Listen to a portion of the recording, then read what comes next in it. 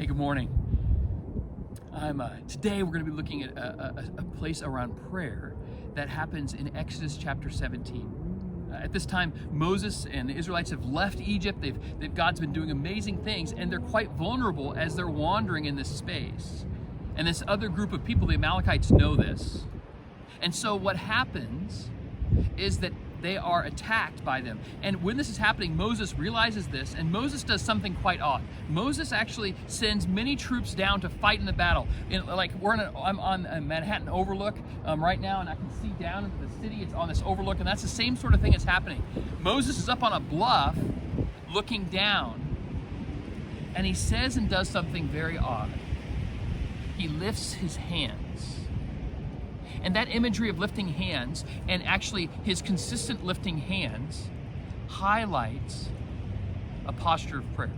In the Old Testament understanding is that when they would pray, they didn't fold their hands and bow their head. What they did was they opened their hands and they raised their head. They looked to God. This is how the Hebrew way of praying oftentimes was, and even we hear that in some of the Psalms and other types of in the Old Testament when it's saying raising or lifting hands.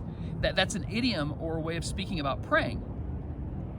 And so as the Hebrews were praying like this, this is how they would do this. And Moses, realizing that actually ultimately any battle is going to be won with God working in our lives, he actually says, some of you go down there and fight, and then we will fight with and for you with God as we labor in prayer.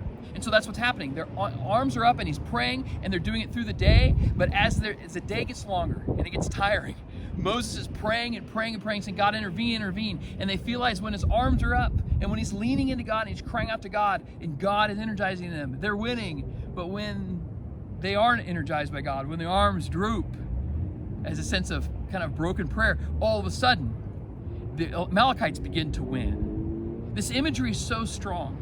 And Moses sees this is so important that he actually finds a rock and he sits on it so he could still see the battle, but put his hands up. And as he's fatigued and his arms begin to drop, two other people come up behind him, Hur and Aaron, and raise up his arms, because they know that sometimes we can't just pray alone, but it's a team effort as we cry out to God, asking God to intervene in the real battles of life. And ultimately Israel won that battle. You can go read that story in Exodus 17. But what I'd like you to do is this. This is an action of prayer in this moment. I don't know where places in your life that you know that you need God right now, but I want to invite you to do this. I would invite you wherever you are, if you're in a car or whatever you have to pull over, or if at home, I want to invite you to pray with a posture that's different. I want you to stand if you're able. I want you to raise your hands and look with your eyes wide open to heaven. If you can go outside, that's even better. And I would like you to pray verbally, asking God to intervene in the places you find in this moment your greatest need for God. Moses teaches us the dependence and posture of prayer that's consistent. And I want to invite you and me in this posture of prayer today to raise our hands and to cry out to God in the same way Moses did for the battles that we are involved in and that God is fighting for us. See you tomorrow.